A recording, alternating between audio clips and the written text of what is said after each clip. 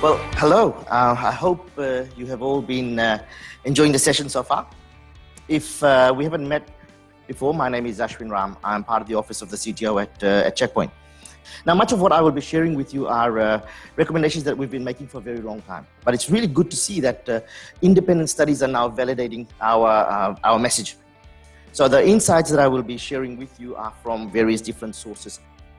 Now, the study gives us insights into the top attack vectors that was being used by threat actors. So I think it's important that we talk about this and understand where the failures were. I will also share with you key factors that influence the cost of a data breach, which must be part of your cyber resilience strategy. Now at Checkpoint, we have an incident response team as well. And last year, we responded to more than 3,500 calls for help globally from organizations that were either under an attack or had just been breached.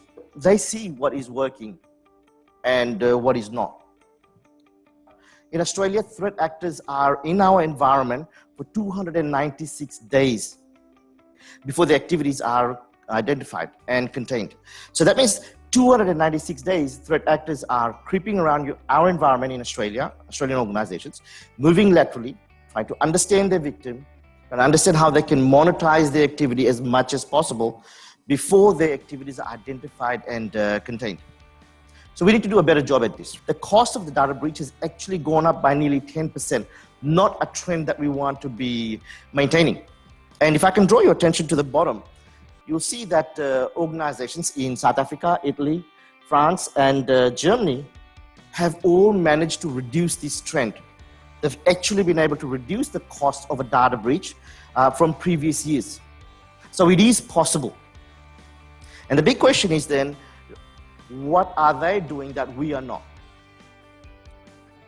And another 19% of the breach, that's nearly 1 in every 5 breach, is due to cloud misconfiguration. So make sure you ruthlessly prioritize security controls for these top 5 attack vectors and re-evaluate the security effectiveness of your tools and your processes. I think it's really important to start with the right mindset. And when it comes to cybersecurity, it's a prevention mindset. The more threats that your security controls will prevent, the less your team has to run around and remediate. Don't be the low-hanging fruit for attackers. Use virtual patching to prevent as much of the attacks as possible.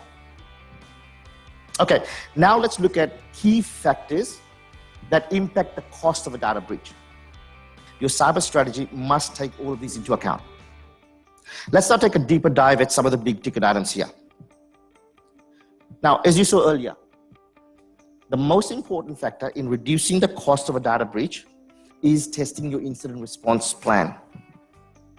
And so my final thought on selecting a SOAR platform is that the platform must be vendor agnostic.